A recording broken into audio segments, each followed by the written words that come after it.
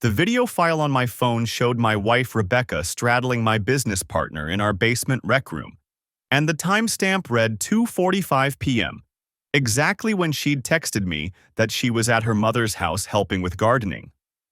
I sat in my truck outside the gym, my post-workout endorphins evaporating as I watched my marriage dissolve in high-definition clarity. The footage had been recording for 6 minutes before I stopped it, unable to watch anymore. My hands were shaking so badly I nearly dropped the phone. This wasn't supposed to happen. Not to us. Not after 12 years of marriage and 2 kids. The notification had come through 20 minutes earlier while I was on the bench press. My home security app, the one I'd installed 3 months ago after our neighborhood had a string of break-ins, had detected motion in the basement. I'd almost ignored it, figuring it was our golden retriever, Bailey, wandering around. But something made me check. I wish I hadn't. Now I sat here in the parking lot, watching other people walk into the gym with their normal problems and normal lives, while mine had just imploded. The late September sun was still bright at 4:30, and everything looked exactly as it had an hour ago, except nothing would ever be the same. Rebecca. My Rebecca. The woman who'd walked down the aisle in that vintage lace dress her grandmother had worn. Who'd held my hand through 2 difficult pregnancies. Who made chocolate chip pancakes every Sunday morning for our daughters, Emma and Lily. And Derek. My partner at the construction firm we'd built from nothing over the past 8 years. The guy who'd been best man at my wedding, who came to our 4th of July barbecues and brought expensive wine, who'd helped me install that very same basement rec room 2 summers ago, joking about how I'd better put in a good sound system for when Rebecca and I wanted alone time. The irony made me want to put my fist through the windshield. I forced myself to breathe, to think. The girls were at school, Emma in 4th grade, Lily in 2nd. They'd be getting out in an hour. Rebecca would pick them up, bring them home, help with homework, start dinner. She'd kiss me when I walked through the door and ask about my day. She'd done it yesterday. She'd do it today. She'd probably been doing it for however long this had been going on. How long? That was the question that started eating at me immediately. Was this the first time? The 10th? The 100th? I opened my phone's photo gallery with trembling fingers and started scrolling back through the security footage history. I'd set up cameras in 3 locations: front door, back door, and the basement. The basement camera was positioned to watch the exterior door that led to our backyard, mainly because that's where we kept some of my more expensive tools. It had also apparently captured a perfect view of our leather sectional. I found another video from 4 days ago. Same time, 2:47 p.m., Tuesday afternoon. I didn't open it. I scrolled further. Last Thursday, 2:51 p.m., the Thursday before that, 2:43 p.m. My stomach turned. This wasn't some impulsive mistake. This was a standing appointment. Every Tuesday and Thursday afternoon, like clockwork. Right after lunch. The girls were in school. I was always at one of our construction sites doing inspections or meeting with clients. Derek would tell his wife Melissa he was checking on a project. Rebecca would tell me she was running errands or helping her mother or meeting a friend for coffee. I checked the calendar on my phone. I'd installed the security system on July 15th. Today was September 28th. That was 10 weeks. 20 potential Tuesdays and Thursdays. I started counting the video files. 18. 18 times in 10 weeks that the motion detector had captured activity in that basement during weekday afternoons when no one should have been home. I didn't open them. I didn't need to see more. The sick feeling in my gut told me everything I needed to know. A text notification popped up on my screen. Rebecca. Picking up the girls in a few. Pot roast for dinner? Love you. Love you. I stared at those two words until they stopped making sense. Just letters on a screen. Sounds without meaning. A lie wrapped in punctuation. My finger hovered over the keyboard. Every instinct screamed to text back something. Anything. To confront her. To demand answers. To burn everything down right now. But something stopped me. Maybe it was shock. Maybe it was the small, rational part of my brain that was still functioning, telling me not to make any moves until I knew what I was doing. Maybe it was the thought of my daughters, blissfully unaware, about to get picked up from school by a mother they adored. I typed back, "Sounds good." 2 words, as empty as hers. I sat there for another 10 minutes, watching people come and go from the gym. Normal people. People whose wives weren't sleeping with their business partners. People whose entire lives hadn't just been revealed as a carefully constructed lie. Finally, I started the truck. I had an hour before I was expected home. An hour to figure out what the hell I was going to do.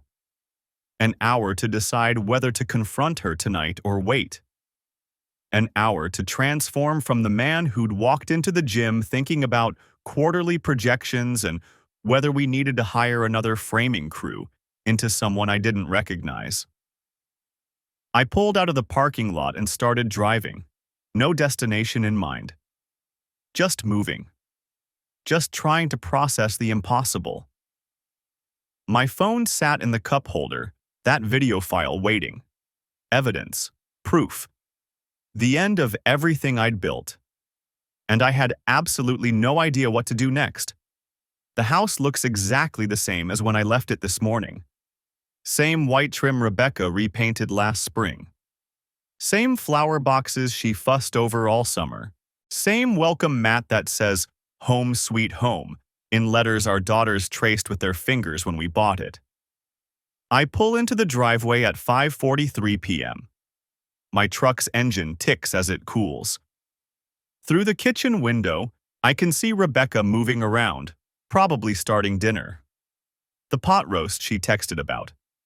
My phone sits in the cup holder, security app still open. 18 videos, 10 weeks. Every Tuesday and Thursday at 2:47 p.m. I should go inside. Act normal. I'm good at compartmentalizing. You don't run a construction business without learning to keep your face neutral when a client tells you they're 3 months behind on payment or a subcontractor screws up a foundation pour. But this isn't a foundation pour. The front door opens. Rebecca leans out, smiling. "Hey, didn't hear you pull up. Dinner's almost ready." I grab my gym bag. "Be right there." My legs work on autopilot. Up the walkway, past the flower boxes, through the door where she kisses my cheek like she has 1,000 times before. "How was the gym?" She's already heading back to the kitchen. "Fine." I drop my bag by the stairs. The basement door is 10 feet away, closed. Innocent. Where are the girls? Emma's at soccer practice. Lily's at Madison's house. They're working on that science project. Rebecca stirs something on the stove. I'll pick them both up around 7. 7. That gives me an hour and 13 minutes. I head upstairs to our bedroom, close the door, and sit on the edge of the bed we've shared for 12 years. The bed where we conceived both our daughters. Where we stayed up all night talking when we were first married, making plans for the future we were going to build together. My laptop sits on the dresser. I open it, navigate to our shared Google Drive. We set it up 3 years ago when Emma started doing school projects that required photos. Family vacation pictures, holiday snapshots, the girls' birthday parties. Rebecca uploads stuff constantly. She's always been the family documentarian. I click into the folder labeled Rebecca Personal.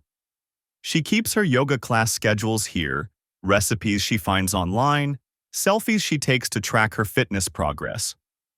Harmless stuff. Except now I'm looking at it differently. I open the first photo. A selfie from last weekend. Rebecca in our bathroom, hair pulled back, no makeup. She'd shown me this one, asked if I thought she looked tired. I'd said she looked beautiful. I right-click, select Properties, then Details. The metadata loads. Date taken, September 24th, 2024. Camera, iPhone 12 Pro. Nothing unusual. Then I scroll down. Date modified, September 24th, 2024, 8:47 p.m. Modified by device ID DRK iPhone 13 Pro. My stomach drops. DRK, Derek's initials. I check another photo. Same thing, and another. The pattern emerges like a sick connect-the-dots puzzle. Rebecca takes the photos on her phone. Then they're edited, cropped, filtered, adjusted on Derek's device. Sometimes the same day, sometimes the next morning. The XIF data shows locations too. I click through a folder labeled Girls Weekend August. Rebecca told me she was going to Portland with her college friends. 3 days, 2 nights. I stayed home with Emma and Lily, made pancakes for breakfast, took them to the zoo. I opened the first photo. Rebecca by a pool, cocktail in hand, sunglasses on. The location data says Sunset Vista Motel, 14.2 miles from our house. Latitude and longitude included. Not Portland. A motel 20 minutes away. I pull up Google Maps, enter the coordinates. The motel appears on screen. A rundown place off Highway 99, the kind with hourly rates and a flickering vacancy sign. I've driven past it 100 times on the way to job sites. The next photo, Rebecca in a restaurant booth. EXIF data says the same motel. Same day, 3 hours later. Modified by DRK iPhone 13 Pro. He was there the entire weekend, while I was home with our daughters making pancakes and pretending mommy was having fun with her college friends. She was 14 miles away with my business partner. I check more photos. The metadata tells the whole story. Her spa day in July, the Sunset Vista Motel. Her shopping trip in August, the Sunset Vista Motel. Even some random Tuesday afternoons when she said she was running errands, the motel's coordinates appear in the EXIF data.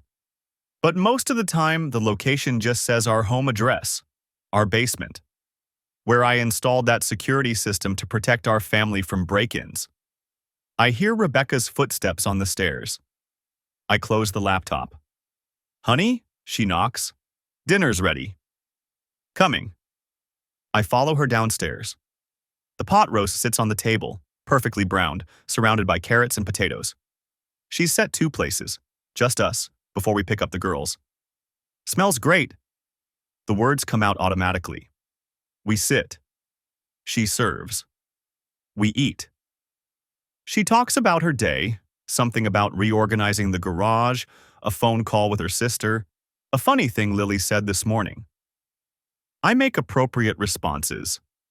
Not at the right moments. This is what 12 years of marriage teaches you. How to be present when you're actually somewhere else entirely. "You okay?" Rebecca tilts her head. "You seem distracted."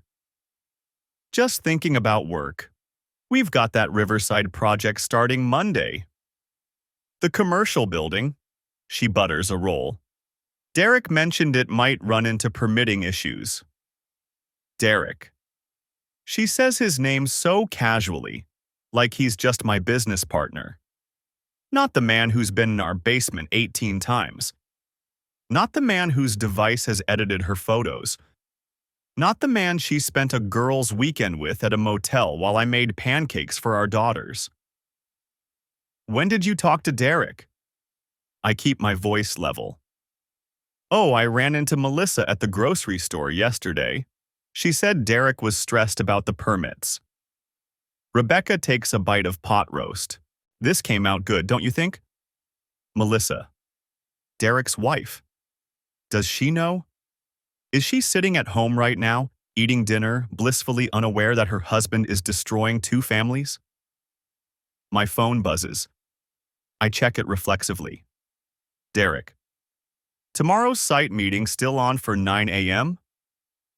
I stare at the message. This morning, I would have responded immediately. Confirmed the time, maybe suggested we grab coffee first. That's what we do. We've done it for 8 years. Built a business together. Built my basement together. Work? Rebecca asks. Yeah. I set the phone down without responding. We finish dinner. Rebecca clears the plates. I load the dishwasher. Domestic choreography we've perfected over 12 years.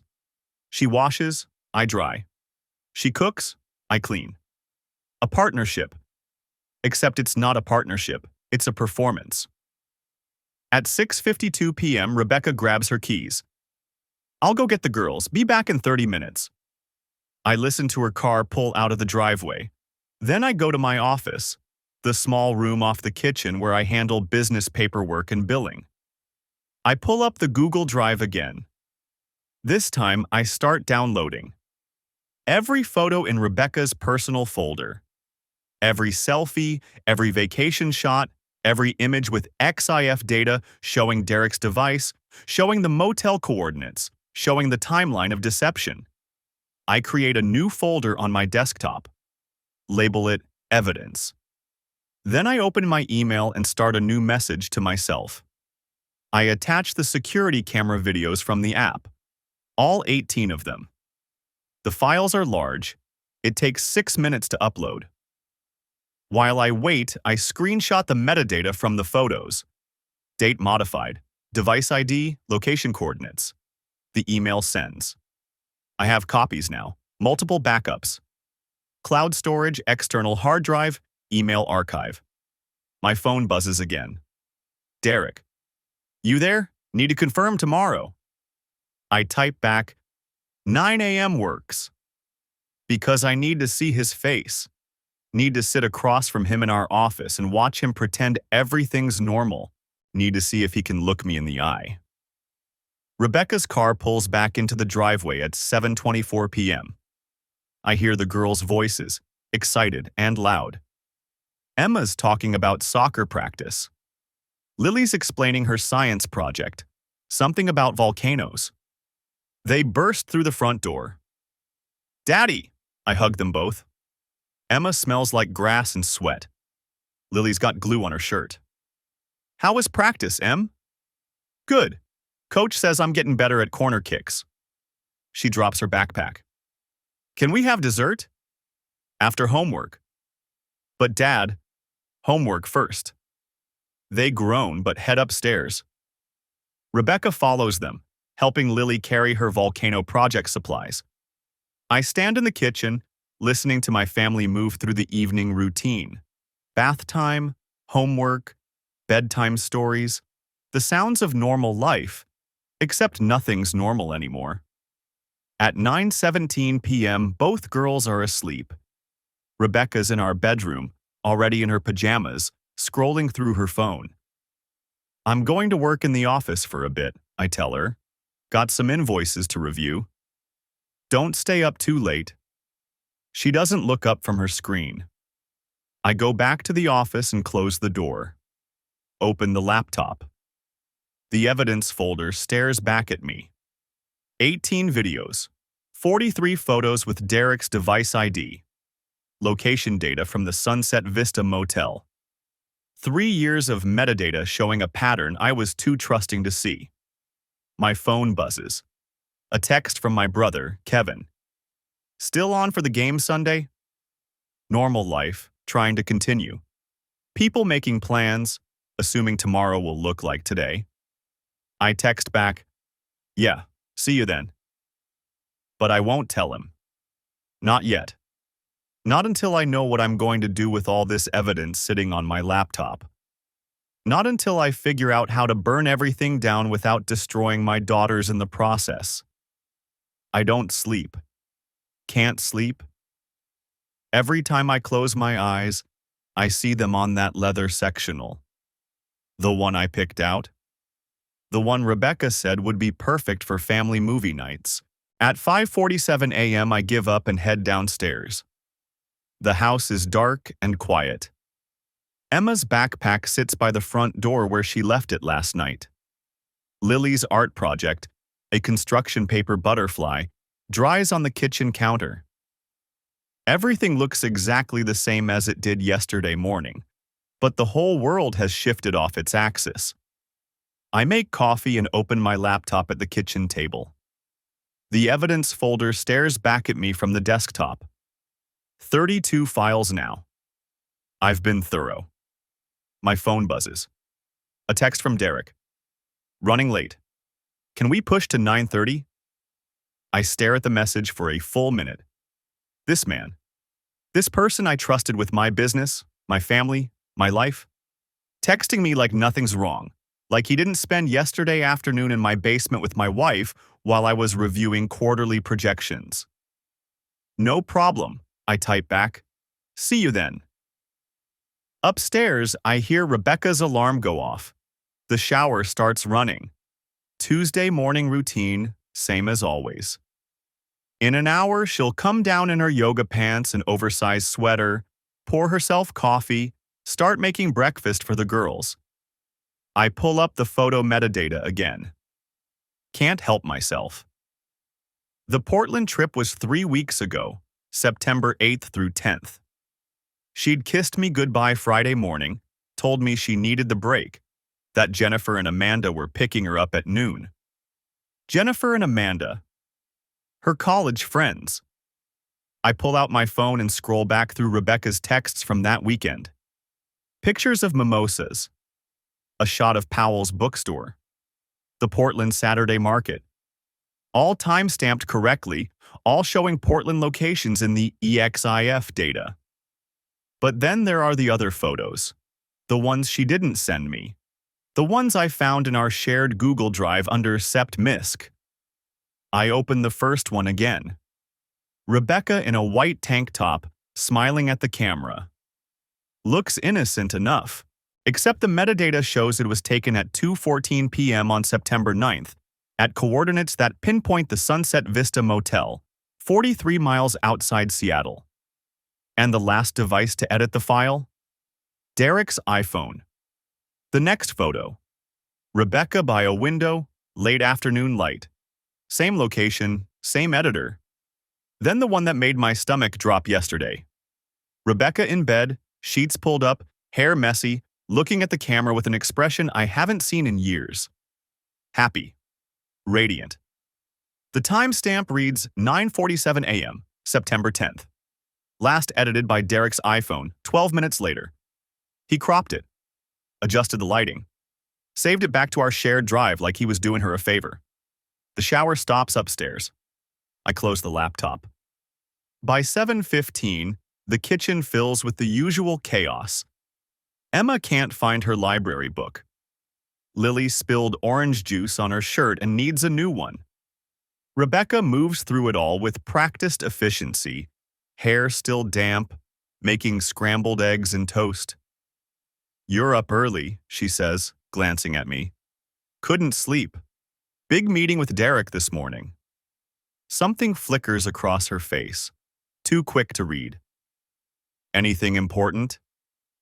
Just going over the Riverside project timeline, making sure we're on the same page.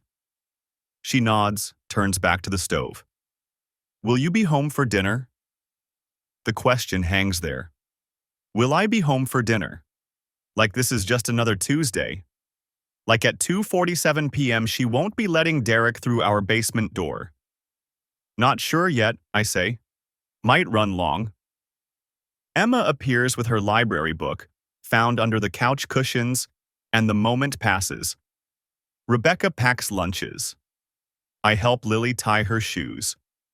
We're a family getting ready for a normal day. At 8:05, I kiss both girls goodbye. Rebecca walks them to the bus stop like always. I watch from the kitchen window as they head down the sidewalk, Emma's ponytail swinging, Lily skipping beside her. My phone buzzes. A text from my brother, Jason. You watching the game Sunday? Normal life, continuing around me. People making plans, assuming the world works the way it did yesterday. I don't answer. Instead, I open my laptop again and create a new folder. Label it Tuesday, September 28th. Then I open the security camera app and make sure everything's recording properly. All 3 cameras. One covering the basement exterior door, one inside facing the sectional, one in the hallway at the top of the basement stairs. The timestamp reads 8:17 a.m. Rebecca comes back at 8:23. I'm heading to yoga, she calls from the mudroom. Back around 11. I listen to her car pull out of the driveway. Wait 5 minutes. Then I grab my keys and head out. Derek's already at the office when I arrive at 9:30. Our construction company operates out of a renovated warehouse in Georgetown. 2 floors, 12 employees, built from nothing over 8 years. We've got projects all over Seattle. Residential, commercial, the occasional municipal contract. It's been good. Better than good. He's in the conference room, laptop open, coffee in hand. Smiles when I walk in. Hey man, sorry about running late. Melissa had a thing. Melissa, his wife, who has no idea. I set my own laptop on the table, pull out a chair. No problem. Let's talk about Riverside. We spend 45 minutes going over timelines, subcontractor schedules, material costs. Derek's good at this part, always has been. Detail-oriented, organized, reliable. That's why I brought him on as a partner. That's why I trusted him. Framing crew should be done by Friday, he's saying, clicking through photos on his screen. Then we can get the electrical roughed in next week. I nod, make notes, act normal. But I'm watching him. The way he leans back in his chair, the way he checks his phone when it buzzes, the way he's completely, utterly comfortable. At 10:47, we wrap up. Derek stretches, closes his laptop. Melissa wants to have you guys over for dinner soon. Maybe next weekend? The audacity of it. The sheer nerve. Yeah, maybe, I say. I'll check with Rebecca. Cool. He stands, grabs his coffee cup. I've got a site visit at noon. You need anything else? Actually, yeah, one thing. He pauses, looks at me. The security system I installed at the house. You remember helping me set it up? Something changes in his expression. Subtle, but there. Sure, back in July, right? July 13th, I say. You helped me mount the cameras, said it was smart with all the break-ins in the neighborhood. Right. He shifts his weight. It working okay? Working great. Crystal clear footage. I can see everything. The silence stretches between us. Derek's still smiling, but it doesn't reach his eyes anymore. That's good, he says finally. Better safe than sorry. Exactly. He leaves. I sit in the conference room for another 10 minutes, staring at the wall where we hung our business license 8 years ago. Morrison and Fernandez Construction. Except Derek's last name isn't Morrison or Fernandez, it's Walsh. And mine is Carter.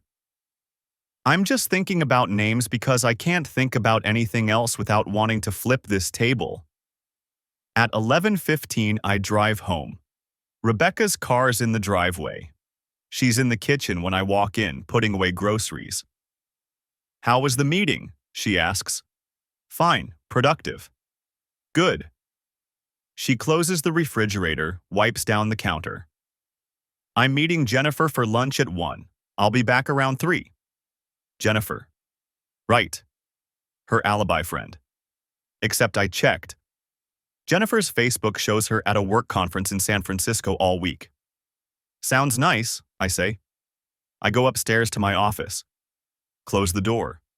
Open the security app on my phone. All 3 cameras show empty rooms. The basement is dark and quiet. Timestamp reads 11:32 a.m. I set the phone on my desk and wait. At 2:39 p.m., the exterior basement door opens. Derek walks in, looks around, closes the door behind him. He's changed clothes since this morning. Jeans and a dark blue shirt instead of the work clothes he was wearing at the office. At 2:46 p.m., the interior basement door opens. Rebecca comes down the stairs. They don't waste time. He crosses the room. She reaches for him. And I watch it happen again, live this time, as they move toward the sectional. I close the app. Set the phone face down on my desk. The September sun streams through my office window. Outside, someone's mowing their lawn. A dog barks. Normal people doing normal things. I open my laptop and start typing an email to my attorney. His name is Patrick Brennan. We've used him for business contracts, property disputes, the usual stuff. Now I need him for something else. Patrick, I write. I need to discuss a personal matter. Divorce. Can we meet today? His response comes back in 4 minutes. 4 p.m. work? My office. See you then, I reply. Then I open the evidence folder one more time and start organizing files. Videos in chronological order. Photos with metadata reports attached. Text message screenshots. Location data from the motel. Everything clean, everything documented, everything time-stamped and verified. At 3:17 p.m., I hear Rebecca's car in the driveway. The front door opens. She calls up the stairs. I'm home. Be right down, I call back. I save everything to a flash drive. Put it in my pocket. Close the laptop. When I get downstairs, Rebecca's unloading her purse, kicking off her shoes. Her hair's different than it was this morning. Styled, curled at the ends. Fresh makeup. How was lunch? I ask. Great. Jennifer says hi. The lie comes easy. She's had practice. Tell her I said hi back. Rebecca smiles, heads toward the kitchen. I'm thinking tacos for dinner. That work? Sure. I watch her pull out the cutting board, start chopping vegetables. My wife of 12 years. Mother of my children. Stranger. At 3:47, I tell her I have a meeting. Last-minute thing with a client. She barely looks up from the tomatoes. Okay, I'll save you some dinner. I drive to Patrick Brennan's office in Ballard. The afternoon traffic is light. I park and sit in my truck for 3 minutes, staring at the building. Then I grab the flash drive and go inside. The attorney's office smells like leather and old books. William Brandt sits across from me, reading glasses perched on his nose, scrolling through my laptop with the kind of focus I usually reserve for blueprints. He's been at it for 20 minutes, clicking through folders, examining timestamps, occasionally making notes on a legal pad. I watch his face. It doesn't change much. Attorneys probably learn that in law school, but I catch the slight tightening around his eyes when he opens the video folder.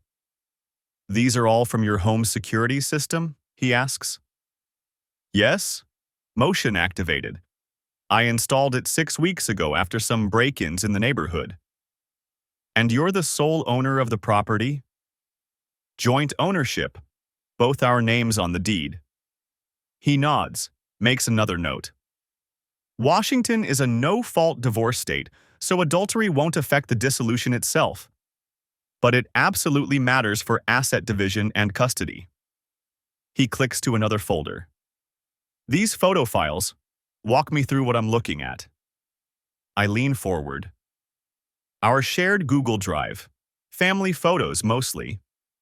Rebecca uploads everything there. 2 weeks ago, I was looking for pictures from Emma's birthday party and noticed something off about the metadata. I take the laptop, navigate to a specific file. This one, taken during her Portland trip in August. She said it was a girls' weekend with Jennifer and Amanda. William studies the screen. The XIF data shows edits. from a device registered to Derek Walsh, his phone. You can see the device ID here, and I cross-referenced it with emails he sent me. Same identifier in the headers. And the location data? I pull up the spreadsheet I'd built. Color-coded, cross-referenced, obsessively complete. GPS coordinates embedded in the photos place her at the Sunset Vista Motel. 14 miles from our house. I drove out there last week, matched the background of her selfies to room 12. William removes his glasses, sets them on the desk. Mr. Patterson, I've been practicing family law for 19 years. This is extremely thorough documentation. I don't respond. What am I supposed to say? That I spent 3 nights building that spreadsheet while Rebecca slept beside me? That I've become the kind of person who cross-references metadata and GPS coordinates instead of just asking his wife if she's having an affair? The business partnership complicates things, William continues. You and Mr. Walsh co-own Patterson-Walsh Construction? 50-50 split. We incorporated 8 years ago. Assets? The company's worth about $2.3 million. Equipment, contracts, reputation. We've got a crew of 14, projects booked through next summer. William makes more notes. You'll need a business attorney as well. Dissolving a marriage is one thing. Dissolving a business partnership with your wife's affair partner is another. They often intersect in problematic ways. I want him out. That may not be legally simple. Partnership agreements usually include buyout clauses, valuation processes. I don't care what it costs.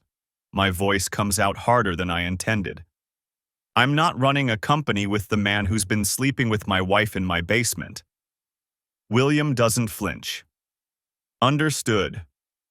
I'll refer you to Gregory Stone. He handles business dissolutions. You'll want to move on that quickly before Mr. Walsh realizes what's coming. He turns back to the laptop. For the divorce itself, we'll file on grounds of irreconcilable differences, standard in Washington. But we'll use this evidence to argue for a favorable division of assets and primary custody of your daughters. Rebecca's a good mother. The words feel disloyal to myself, but they're true. She makes them breakfast every morning, helps with homework, volunteers at their school. Being a good mother and being a faithful spouse are separate issues. The court will consider what's in the children's best interest. He pauses. Does she know you're aware of the affair? No. Does Mr. Walsh? I dropped some hints during our last meeting. Mentioned the security cameras. He looked nervous, but I don't think he's certain. His wife? Melissa? No idea what she knows. William closes the laptop. Here's what I recommend. We file within the week. You'll need to serve Rebecca with papers. You can have a process server do it, or you can tell her yourself first. Given the circumstances, many clients prefer the element of surprise. The thought of a stranger showing up at our door with divorce papers while Emma and Lily are home makes my stomach turn. I'll tell her first. When? Soon. I don't have a better answer. Every time I think about actually saying the words, my mind goes blank. The sooner you file, the sooner we can establish temporary orders for custody and asset preservation. Right now, she could theoretically empty your joint accounts, max out credit cards, transfer assets. Once we file, the court issues automatic restraining orders preventing that. I hadn't thought about that. The idea of Rebecca draining our savings feels absurd. But then again, I never thought she'd bring Derek into our home every Tuesday and Thursday while our daughters were at school. There's something else you should consider, William says. Public disclosure of the affair. What about it? Some clients want to control the narrative. Tell family and friends before rumors start. Others prefer privacy. Keep everything quiet until the divorce is final. He taps his pen against the legal pad. There's no right answer, but you should think about how you want to handle it. I picture Rebecca's parents, Bob and Linda, who've treated me like a son for 12 years. Rebecca's sister Claire, who asked me to walk her down the aisle when their father was recovering from surgery. My own parents, who think Rebecca hung the moon. I have those photos, I say slowly. The ones from the Google Drive. The metadata's all there. Proof of where she really was, whose device edited them. William's expression doesn't change, but something shifts in his posture. What are you thinking? The folder's already shared with her family. Her parents have access, her sister, a few cousins. It's how we share pictures from holidays and birthdays. And I could add the metadata to the file names, make it visible, let them see for themselves where she was, whose phone edited the photos. That's aggressive. Is it illegal? No, it's your shared drive, your photos. You have every right to organize your files however you want. He pauses. But it will burn bridges. Her family will know before she has a chance to explain, spin the story, play victim. Good. William studies me for a long moment. I need to ask, is this about protecting your interest in the divorce, or is this about punishment? Both. He doesn't argue, just makes another note. If you go that route, document everything. Screenshot the folder permissions, the sharing settings, the dates you uploaded files. If she claims you're harassing her or violating her privacy, you'll need proof that it was a shared space you both controlled. We spend another 30 minutes going through details. Temporary custody arrangements, asset inventories, timeline for filing. William explains Washington's community property laws. Everything acquired during the marriage gets split 50-50 unless we can prove separate property or argue for deviation based on her conduct. The affair helps, he says. Courts don't like rewarding bad behavior, even in no-fault states. If we can show she was using marital assets to facilitate the relationship, hotel rooms charged to joint credit cards, that kind of thing, it strengthens our position. I pull up another spreadsheet. Credit card statements, highlighted and annotated. The Sunset Vista Motel appears 14 times, charged to our Visa. There are also charges from a boutique hotel in Bellevue, a bed and breakfast on Whidbey Island, restaurants I've never been to. William actually smiles. You've done my job for me. I'm good with details. Clearly. He closes his notebook. I'll draft the petition this week. Plan on signing Friday, and we'll file Monday morning. That gives you the weekend to prepare. Tell her, don't tell her, whatever you decide. But once we file, it's public record. I stand, shake his hand. The normalcy of the gesture feels absurd.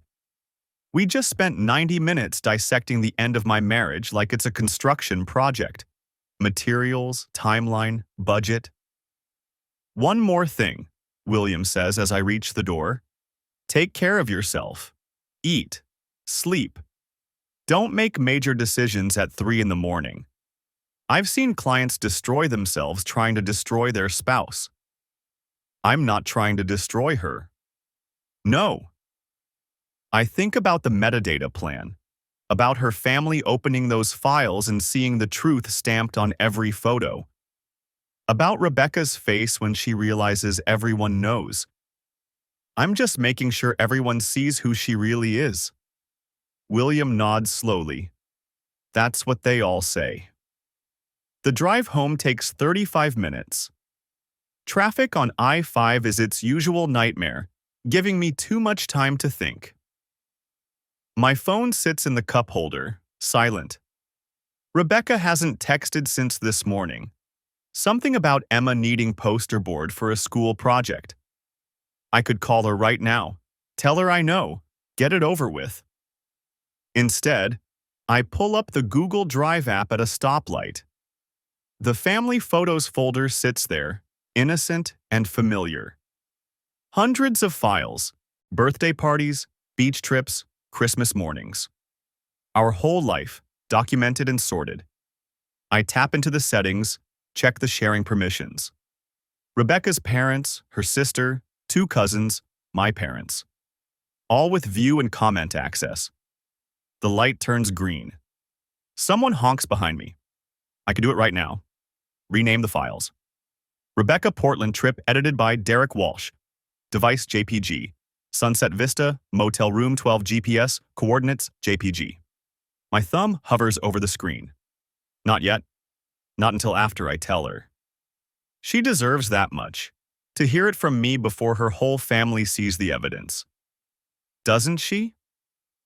I pull into our driveway at 5:47 p.m. Rebecca's car is here, kitchen lights on. Through the window, I can see her moving around, probably starting dinner. Normal, domestic, the same scene I've come home to 1,000 times. My phone buzzes. Derek. Need to talk about the Riverside project. Call me when you can. I delete the message without responding. The printouts cover our kitchen table in neat rows. 23 pages. I've arranged them chronologically, left to right, top to bottom. Each one shows a photo Rebecca uploaded to our shared family Google Drive folder. Vacation shots, selfies, pictures of the girls. Innocent images that tell a very different story when you know how to read the metadata. I've highlighted the relevant sections in yellow. Camera make and model. GPS coordinates.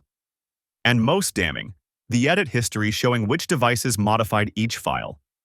Derek's iPhone 14 Pro. Over and over again. His device ID is right there in the EXIF data, editing her photos before she uploaded them to our family archive. The kitchen clock reads 3:47 p.m. Rebecca's at Target with the girls, buying supplies for Lily's class Halloween party. They left 40 minutes ago. I have maybe another hour. I've printed everything twice. One set stays with me. The other set is for her. My laptop sits open at the head of the table, the Google Drive folder displayed on screen. I've spent the last 2 days going through every single photo she's uploaded in the past 6 months. The pattern emerged quickly once I knew what to look for. Photos from her Portland Girls weekend in August, edited on Derek's device before upload. The metadata shows the files were modified at 11:43 p.m. on August 12th. I cross-reference my security footage. Derek's car was parked in our driveway that night. I was in Spokane for a commercial bid. Rebecca told me she was home with the girls, that her mother had canceled the trip due to a migraine. She lied about the entire weekend. The photos were never taken in Portland. The GPS coordinates embedded in the image files placed them at the Sunset Vista Motel, the same location I'd already identified from her credit card statements. But Derek edited them. He cropped them, adjusted the lighting, removed metadata that would have been even more incriminating. Then she uploaded his sanitized versions to our family folder, where I'd look at them and see my wife having innocent fun with her friends. I'd even commented on one. Beautiful smile. Glad you're having fun. 3 heart emojis. The memory makes my jaw clench. I move to the next set of printouts. Her selfies from book club nights. 7 different photos from 7 different Tuesdays. The edit timestamps show Derek's device modified each one within hours of when they were taken. Sometimes minutes. He was with her. Right there. Probably in our basement, on our leather sectional, helping her choose which photos looked innocent enough to share with her unsuspecting husband. The front door's sudden rattle makes me freeze. Too early. They shouldn't be back yet. But it's just the wind. The deadbolt holds firm. I force myself to breathe and return to the evidence. The lawyer, Brandt, had been impressed with the security footage and credit card statements.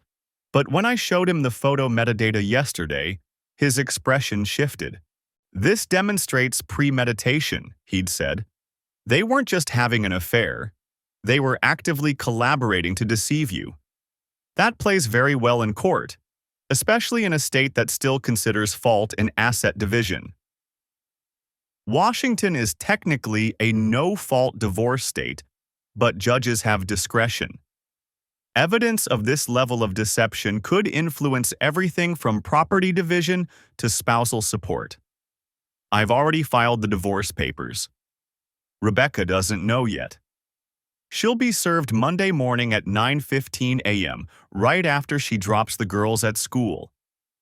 The process server will hand her the documents in the Target parking lot.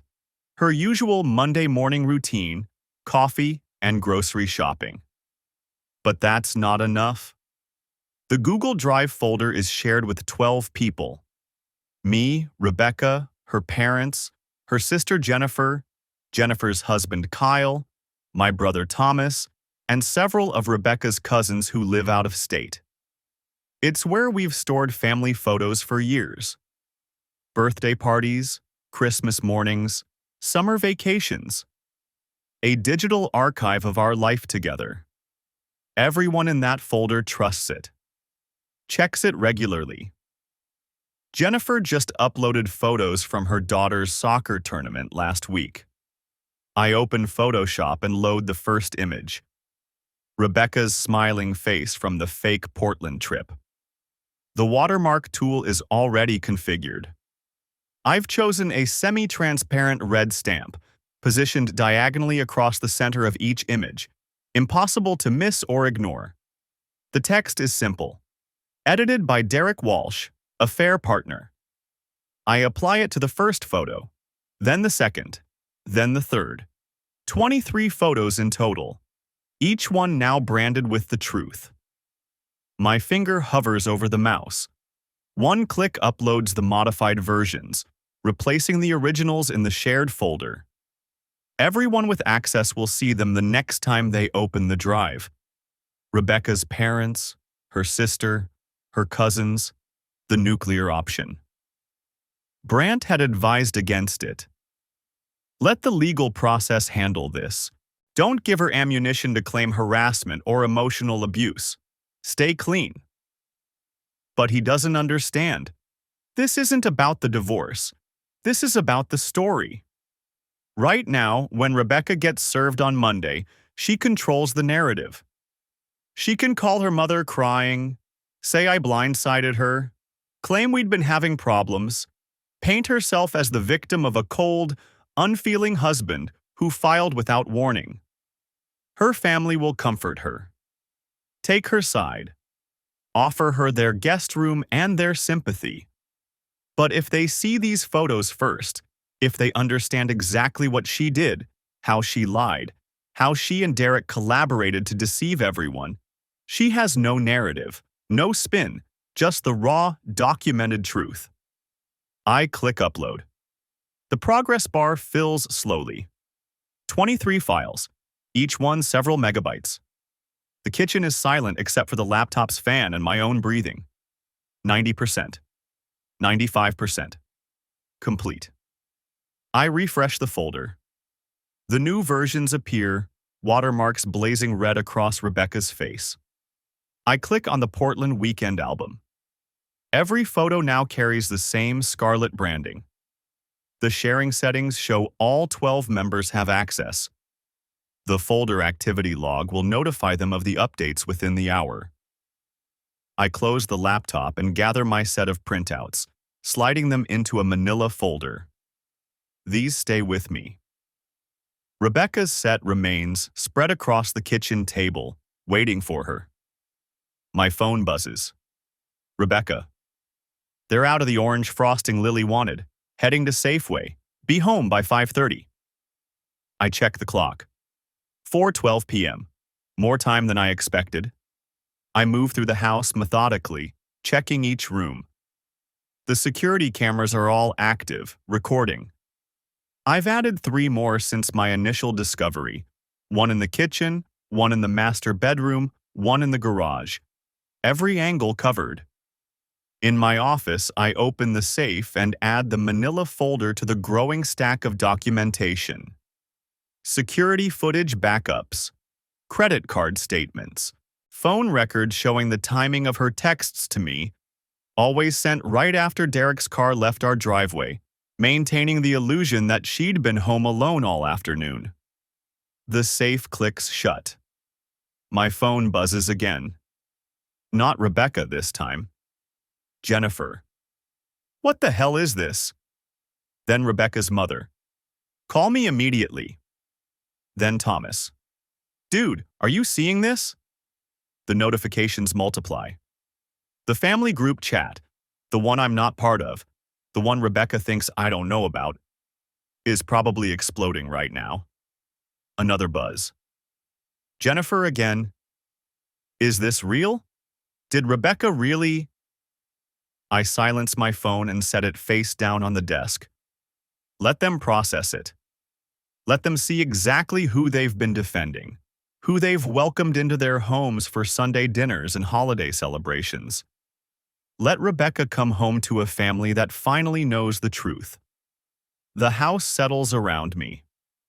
Outside, the September afternoon is fading toward evening. Normal people are finishing their workdays, picking up their kids, planning dinner. I walk back to the kitchen and stare at the printouts on the table. In an hour, maybe less, Rebecca will walk through that door with Emma and Lily, carrying bags of Halloween supplies, expecting to find her husband making dinner or watching football. Instead, she'll find this. The evidence of her betrayal, printed and highlighted and impossible to deny. And her phone will be lighting up with messages from every member of her family, all of them demanding answers she can't give. I pull out a chair and sit down to wait. The garage door rumbles at 4:47 p.m. I'm standing in the kitchen, hands flat on the counter, watching the doorway. The printed photos are arranged in a perfect grid across the table. 43 images, each one stamped with Derek's name in bold red letters across Rebecca's smiling face. The door from the garage opens. Emma bursts through first, backpack bouncing. Dad, guess what? Mrs. Patterson said my book report was the best in... She stops. Her eyes go to the table. What are all those pictures? Hey, sweetie. My voice sounds normal. I've practiced this. Can you and Lily go upstairs for a bit? I need to talk to Mom about something. Lily appears behind her sister, clutching a construction paper butterfly. But I want to show you. Upstairs, now. Too sharp. I force a smile. Please, just for a little while. Rebecca steps through the doorway, keys jangling in her hand. She's wearing the blue cardigan I bought her for Christmas. Her hair's pulled back in the ponytail she always does for school pickup. She sees my face first, then the table. The keys hit the floor. Girls, go to your rooms. Her voice is barely a whisper. But Mom. Now! Emma grabs Lily's hand and they scramble up the stairs. A door slams. Then another. Rebecca doesn't move from the doorway. Her eyes are locked on the nearest photo. Her at Pike Place Market, the Space Needle in the background. Derek's name branded across her forehead in crimson. When did you... She stops, starts again. How? The security cameras. I pick up one of the photos. Her at the motel, the one she claimed was a spa in Portland. You remember those? The ones I installed because of the break-ins? She's shaking her head. Small movements, like she's trying to dislodge the reality settling over her. They caught you. Tuesday, September 28th at 2:47 p.m. You and Derek, in our basement. I set the photo down, pick up another. And Thursday, September 23rd, same time. And Tuesday the 21st. Should I keep going? I have 18 videos total. Oh God. She reaches for the door frame. Oh God. The girls are upstairs, where they can't hear this. I spread my hands across the table. But your family? They've already seen everything. Check your phone. She fumbles for her purse, hands trembling so badly she drops it twice. The screen lights up. I watch her face as the notifications load. 63 messages in the family group chat. Her mother. What is this? Rebecca Ann. What have you done? Her sister, Julie. I'm going to be sick. Her brother, Thomas. You need to call Mom right now. Her father. Unbelievable, after everything that boy has done for you. She's scrolling faster now, her breath coming in short gasps. The phone slips from her fingers, clatters on the tile. You sent them. She looks up at me. You sent my family. Everything. The photos. The metadata showing Derek's device edited them. The GPS coordinates from your girls' weekend. I lean against the counter, arms crossed. They deserve to know who you really are. You had no right. I had every right. The words come out louder than I intended. Upstairs, footsteps pause. I lower my voice. 12 years, Rebecca. 12 years of marriage, 2 daughters, and you've been screwing my business partner in the house I built for us.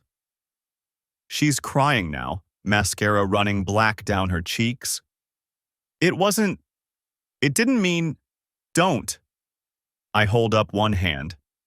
Don't you dare tell me it didn't mean anything. 18 times. Regular appointments. You scheduled him into your week like a dentist visit. I never wanted to hurt you. You took him to our bed. My voice breaks on the last word. I clear my throat, force it steady. The motel receipts, the ones from your Portland trip. Room 247 at the Cascade Inn. 15 miles from here. You weren't even creative enough to go far. She slides down the doorframe, knees buckling. She's sitting on the floor now, arms wrapped around herself. How long? I ask. The cameras only go back 10 weeks, but this started before that, didn't it? She doesn't answer, just rocks back and forth, sobbing. Answer me. Since June. Barely audible. Maybe May. 5 months. Minimum. The kitchen tilts sideways. I grip the counter edge. Does Melissa know? Rebecca's head snaps up. You didn't. Not yet. I pull out my phone, open a new message to Derek's wife. But I'm thinking she deserves the same courtesy you showed me, the same respect. Please. Rebecca scrambles to her feet, reaches for my phone. Please don't. She has the kids, they're so young. Our kids are young. I pull the phone back. Did you think about Emma and Lily when you were in that motel room? When you were texting me about pot roast while he was… Stop. She's holding her hands over her ears. Please stop. You don't get to ask me for anything. I type out the message, attach 3 photos. You lost that right when you… My phone buzzes. Text from William Brandt. Process server confirmed for Monday, 8 a.m. Dissolution paperwork for Walsh Partnership filed. Everything's in motion. Rebecca sees my face change. What? What is that? Divorce papers. You're being served Monday morning. I pocket the phone. And I'm dissolving the business partnership with Derek. William says it'll take 90 days, but after that I never have to see him again. You can't. The business is half his. I'm buying him out. Fair market value, just like the partnership agreement stipulates. I pick up another photo, this one from last summer. Her and Derek at what I thought was a company barbecue. Looking at it now, I can see how she's leaning into him, how his hand is just slightly too low on her back. Everything's legal. Everything's documented. You made sure that with all these photos. She's shaking her head again. We can fix this. Counseling. I'll do whatever. No. Please. For the girls. They need a mother who doesn't bring her affair partner into their home. I gesture at the table. They need parents who can look at each other without. They need better than this. Her phone is buzzing constantly now, vibrating against the tile floor. More messages flooding in. I can see the screen lighting up with each one. Her Aunt Patricia. Your grandmother is crying. How could you do this to your family? Her cousin Michelle. I always thought you were better than this. Her mother again. Do not call me until you figured out what you're going to say. They all hate me. Rebecca's voice is hollow. My whole family. They hate what you did. I move toward the stairs. There's a difference. Where are you going? To check on our daughters. You know, the ones who just heard their mother screaming? I pause at the bottom step. You should probably find somewhere else to sleep tonight. The guest room, maybe. Or a motel. You seem to like those. You can't kick me out of my own house. I'm not. I'm suggesting you might want some space, but if you stay in the guest room. And tomorrow, we tell the girls together. Age-appropriate version. No details. Just that mom and dad are separating. I can't. They'll ask why. Then you better figure out what you're going to tell them. I start up the stairs. Because I'm done lying for you. Behind me, I hear her collapse again, sobbing into her hands. Her phone keeps buzzing. The garage door is still open, cool September air flowing through. I knock on Emma's door. Sweetie, can I come in? Silence. Then, is Mom okay? I open the door. Both girls are sitting on Emma's bed, Lily's butterfly crushed between them. They look terrified. Mom's fine, we had a disagreement about something. Adult stuff. I sit on the edge of the bed. But everything's going to be okay. You were yelling. Lily's lip trembles. You never yell. I know, I'm sorry you heard that. I pull them both close. They smell like school, pencil shavings and cafeteria pizza. Sometimes grown-ups argue, but we both love you very much. That never changes. Emma pulls back, studying my face. Are you and Mom getting divorced? 9 years old and already too smart. We're going to talk about that tomorrow, together, okay? I smooth her hair back. But tonight, how about we order pizza? Your choice of toppings. Even pineapple? Lily asks. Even pineapple. They relax slightly. Downstairs, I hear Rebecca's footsteps, the bathroom door closing. The water running. My phone buzzes again. Another message from William. Her attorney will probably contact you within 48 hours. Don't engage directly. Forward everything to me. I look at my daughters, their faces still worried but trusting. Trusting me to fix this, to make it okay. I have no idea how to make this okay, but I know I can't go back. Not after the photos. Not after watching her family turn against her in real time. Not after seeing the evidence spread across our kitchen table like a case file. Dad? Emma's voice is small. Is this because of Uncle Derek? My blood freezes. What? I saw his name on the pictures downstairs. She won't meet my eyes. Before you sent us up. How much did she see? How much does she understand? That's part of the adult stuff we'll talk about tomorrow. I stand up, legs unsteady. But right now, let's just focus on pizza, okay? She nods, but I can see the questions forming. the pieces clicking together in her too smart brain. Downstairs, the water shuts off. A door opens, closes. My phone buzzes one more time. Derek, we need to talk. I delete the message without responding. There's nothing left to say. 3 years later. The coffee maker sputters to life at 6:15 a.m., same as it does every morning. I've gotten the timing down to a science. Brew starts, I shower, and by the time I'm dressed, there's exactly enough in the pot for my travel mug and 1 cup for Emma.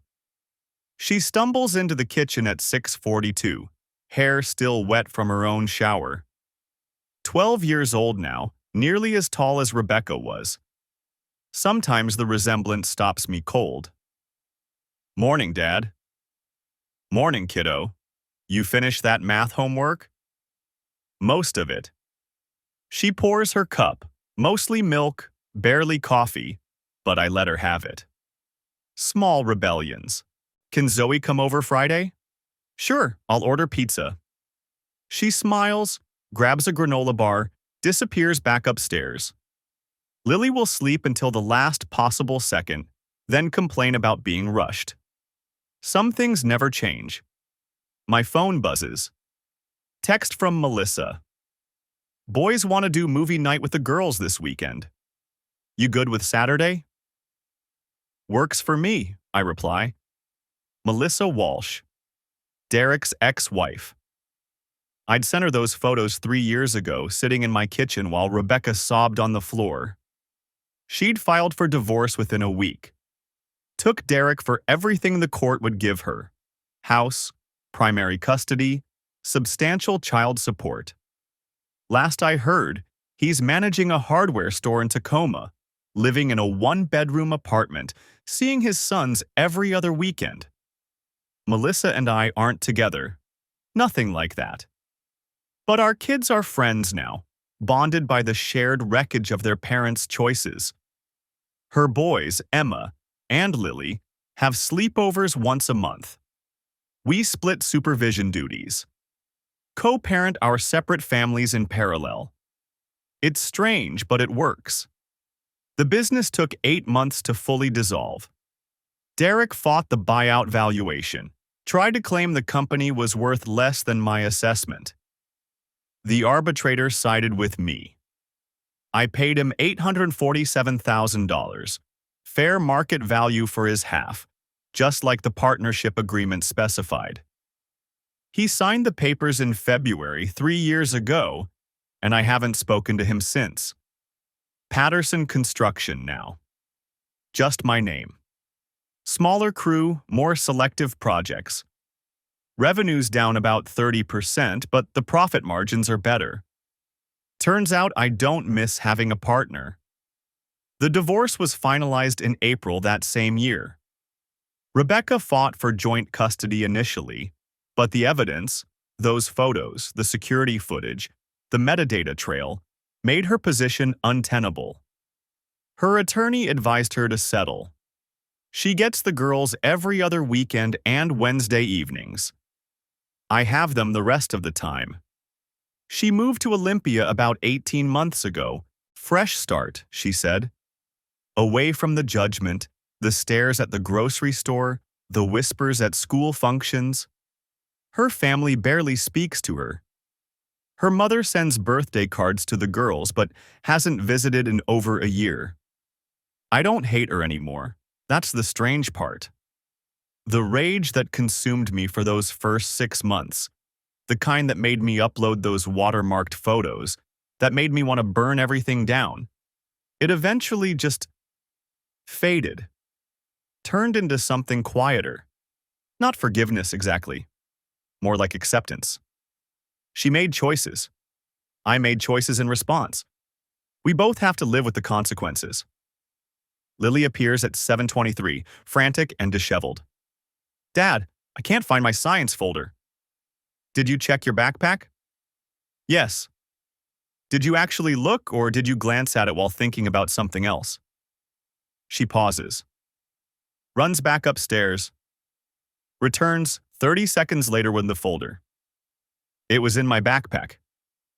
Shocking. Emma drives them to school now. She got her learner's permit last month, and I'm teaching her in the parking lot of the old construction site on weekends. She's cautious, methodical, good instincts. In another year, she'll be driving herself and Lily without me, and I'm not ready for that, but it's coming anyway. I wave them off at 7:41. Watch Emma's careful navigation down our street. The house settles into silence. 3 years ago, this quiet would have destroyed me. Coming home to an empty house, no wife, no constant presence of my daughters, I'd have spiraled. But you adapt. You build new routines. You find out who you are when you're not performing the role of husband, when you're just yourself. I grab my laptop and head to the office, the same room where I first discovered the affair, where I built those spreadsheets and organized the evidence. I've redecorated since then. New desk, new chair, different paint color. The ghosts don't linger like they used to.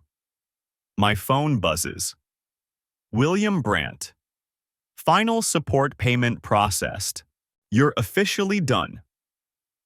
3 years of spousal support, as mandated by the settlement. $2,800 a month to help Rebecca maintain her standard of living while she rebuilt her life. It always felt obscene, paying the woman who betrayed me, but the law doesn't care about feelings. Community property, marriage duration, income disparity, the formula is what it is. But now it's over.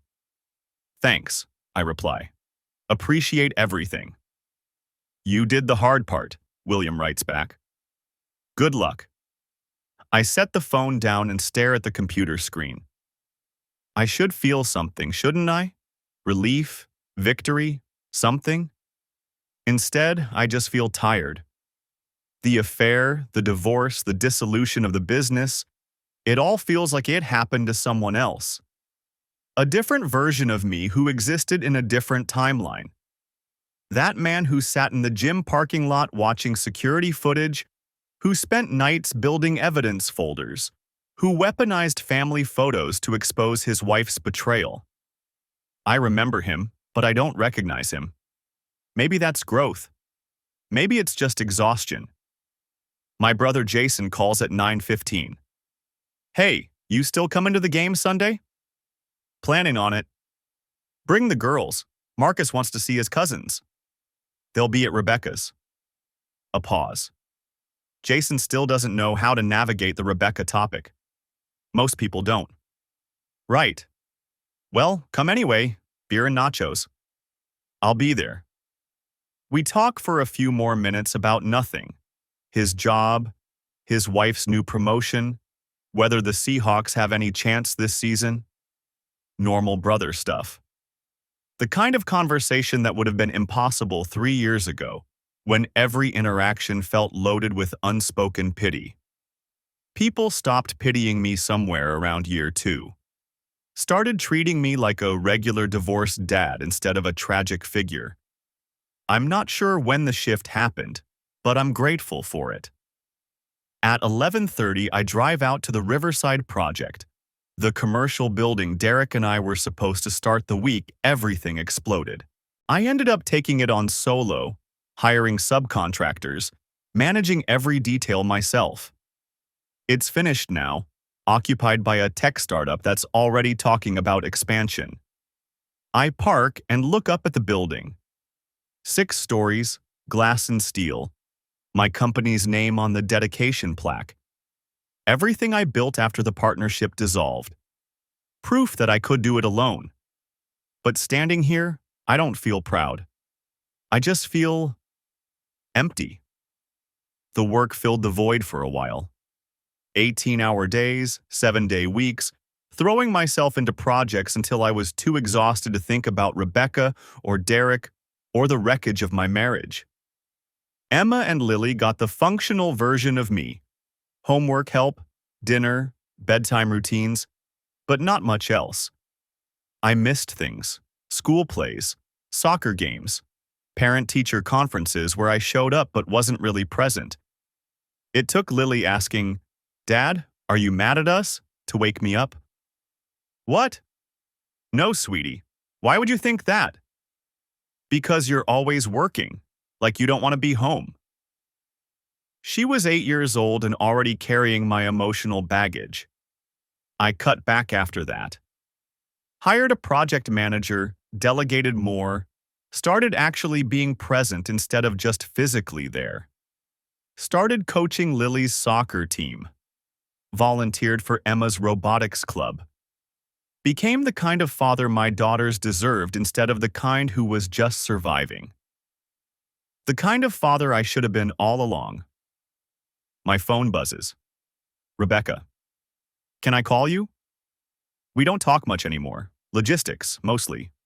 Schedule changes, medical appointments, school events. The mandatory co-parenting communication, kept brief and businesslike. I dial her number. Hey. Her voice sounds strained. Thanks for picking up. What's going on? I'm getting married. The words hang in the air. I wait for the gut punch, the surge of anger, something. Nothing comes. Congratulations, I say, and I mean it. His name is Robert. He's a teacher. We met at a grief support group. She laughs nervously. I know that sounds weird, but it doesn't sound weird. I wanted to tell you before I told the girls. In case, I don't know, in case you had concerns. Have they met him? A few times. Casual stuff. Ice cream, movies. He's good with kids. I lean against my truck, watching clouds drift over the Riverside building. Then I'm happy for you. Really? You are? She sounds genuinely surprised. Yeah. And I am. Not because I've forgiven her. I'm not sure I have, not fully. But because holding on to the anger doesn't serve anyone. Least of all Emma and Lily, who deserve parents who can be civil at school functions and birthday parties. I never thought, her voice cracks. After everything I did, I never thought you'd, Rebecca. I cut her off gently. We don't need to do this. You're moving forward. That's good. The girls need to see that people can make mistakes and still build new lives. Even mistakes as big as mine? I think about those photos spread across our kitchen table, the watermarks I added, her family's messages flooding in, the calculated cruelty of my response. Yeah, I say quietly, even those. We talk for a few more minutes about logistics, when she'll tell the girls how to handle the transition, whether Robert will move to Olympia or she'll move to his place in Tacoma. Practical stuff. Co-parent stuff. When we hang up, I sit in my truck for a while, watching construction workers on a nearby site. They're young, early 20s, laughing about something as they haul materials. I remember being that age. Remember thinking I had everything figured out. I didn't know anything. The truth is, the affair didn't destroy me. My response to it almost did. I was so focused on exposing Rebecca, on making sure everyone knew what she'd done, that I became someone I didn't recognize. Someone who weaponized family photos. Someone who prioritized vengeance over healing. I got my revenge. Her family turned against her. She lost her support system, her reputation, her sense of self. I made sure she paid for what she did, but in doing so, I nearly lost myself. It took Emma asking, "Dad, why do you hate Mom so much?" to realize what I was modeling for my daughters. Not resilience or strength, but bitterness. The kind that calcifies into your bones and never leaves. I didn't want that for them. Didn't want them growing up thinking that's what you do when someone hurts you. You hurt them back, harder, until there's nothing left but rubble. So I stopped. Started therapy. Started actually processing the betrayal instead of just reacting to it.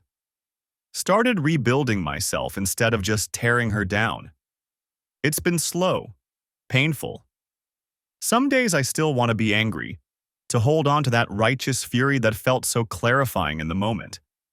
But most days, I'm just tired of carrying it. My phone buzzes. Emma.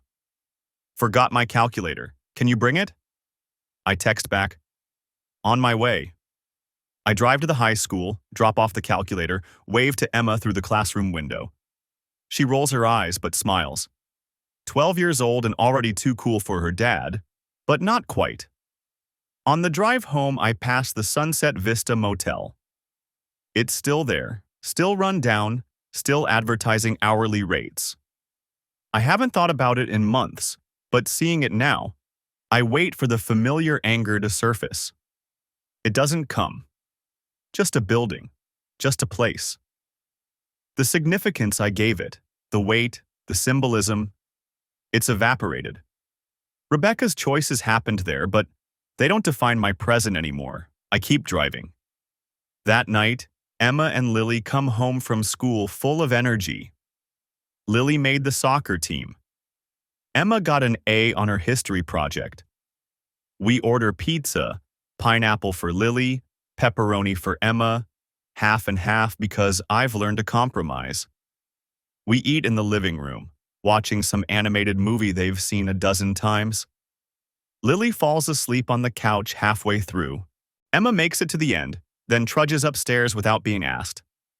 I carry Lily to her bed, tuck her in. She mumbles something about soccer practice and drifts off. In Emma's room, I knock softly. You good? Yeah. She's already in bed, phone in hand. Dad? Yeah? Mom called. She told me about Robert. I sit on the edge of her bed. What do you think? I don't know. He seems nice. She sets her phone down. Are you okay with it? I am. Really? Really? I smooth her hair back, the same gesture I've done since she was a baby. Your mom deserves to be happy. So do you and Lily. So do I. Sometimes that means things change. Do you think you'll get married again? Maybe, someday, if I meet the right person. What about Melissa? I laugh. Melissa's a friend, that's all. She's pretty. She is, but we're just friends. Emma studies me for a moment, her expression too serious for 12. I'm glad you're not angry anymore. Me too, kiddo. I turn off her light, close the door halfway. Downstairs, I clean up the pizza boxes, load the dishwasher, go through the evening routine on autopilot. The house is quiet. Just me and the hum of the refrigerator and the distant sound of traffic on the highway. 3 years ago, this silence would have been suffocating. Now it's just peaceful. I pour a glass of water and step out onto the back porch. The September night is cool, stars visible through the gaps in the clouds. The yard needs mowing. The fence needs a new coat of stain. Small maintenance tasks that I'll get to eventually. My phone sits on the kitchen counter, silent. No crisis, no emergency, no evidence to compile or revenge to plan. Just a regular Thursday night in a regular life. I think about the man I was 3 years ago, sitting in that gym parking lot, watching his marriage dissolve in high definition. The rage, the betrayal, the absolute certainty that exposing Rebecca was the right thing to do. I don't regret protecting myself. Don't regret the divorce or dissolving the partnership or fighting for custody of my daughters. But the cruelty, the watermarked photos, the public humiliation, the scorched earth approach, that I regret. Not because Rebecca didn't deserve consequences. She did. But because I became someone I didn't want to be in the process of delivering them. Revenge is satisfying in the moment. It feels like justice, like taking back control. But it's a fire that consumes everything, including the person who lit the match. I learned that the hard way. The real victory wasn't destroying Rebecca's reputation or making sure everyone knew what she'd done. It was rebuilding myself after. learning to be present for my daughters, learning to let go of the anger, learning that healing doesn't require the other person's suffering. It just requires time and work and the willingness to become someone better than the person you were in your worst moment. I finish my water and head inside. Lock the doors, turn off the lights, check on the girls one more time. Both sleeping soundly. Safe. Loved. Growing up in a broken home, yes, but not a destroyed one. That's all I can ask for. In my bedroom, the one I repainted, refurnished, reclaimed as my own, I set my phone on the nightstand and climb into bed. Tomorrow, Emma has soccer practice. Lily has a play date. I have a site meeting at the Riverside Expansion project. Normal life. Regular problems. No security footage to review, no evidence to compile, no revenge to plan. Just the quiet work of being a father, running a business, building a life from the rubble of the old one. It's not the life I planned 12 years ago, standing at an altar watching Rebecca walk down the aisle. But it's mine. And that's enough. The last thought I have before sleep takes me is this. Betrayal reveals character, not just in the person who commits it, but in how you respond. I didn't respond perfectly. I let anger drive me to cruelty, let the need for revenge overshadow the need for healing. But I learned. I grew. I became the kind of father my daughters deserve, the kind of man I can respect when I look in the mirror. And in the end, that matters more than any revenge ever could. The house settles into darkness. Outside, the world keeps turning. And I finally let it.